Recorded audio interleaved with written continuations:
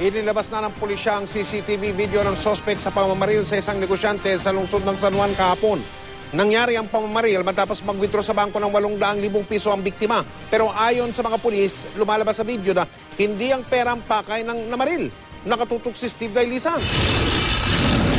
Sa kuha ng CCTV dakong alas 10 ng umaga kahapon, kita ang negosyanteng si Kelvin Tan mula sa bangko ay naglakad patungo sa katabing establishmento.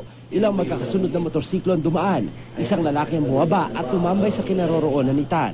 Bumalik si Tan sa bangko. Ang gunman sumunod. Nakunan pa sa video na may binunot ito sa kanyang bewang. Pero hindi nakunan ng CCTV ang pamamaril umano ng sospek sa biktimang si Tan dahil hindi nahagip ng kamera ang pinangyarihan ng krimen. Matapos ito, mabilis na naglakad ang sospek papalayo. Sinika pa siyang habulin ng gwardya. Ang gwardya sa video nagpunta kanina sa San Juan Police para magbigay ng salaysay. Halos nasa edad 40 raw ang sospek kasing taas niya, nakapink na polo at itim na pantalon.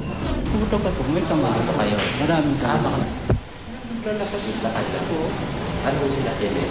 Motorsiklo doon sa kapitan. May nag-aabang sa kanyang motorsiklo. Hawak na rin ng pulisya ang isa pang CCTV video sa loob ng bangkong pinuntahan ni Tan. Naglahad na rin ng salaysay ang teller. Nagpa-encash down ng 800,000 pesos ang biktima bago maganap ang pamamaril. Pero lumalabas sa investigasyon, hindi pera ang target ng gunman kundi ang mismong mapatay ang biktima. Mas lamang yung motibo na talagang pinagplanuhan sa patayin. Titingnan natin yung anggulo sa business.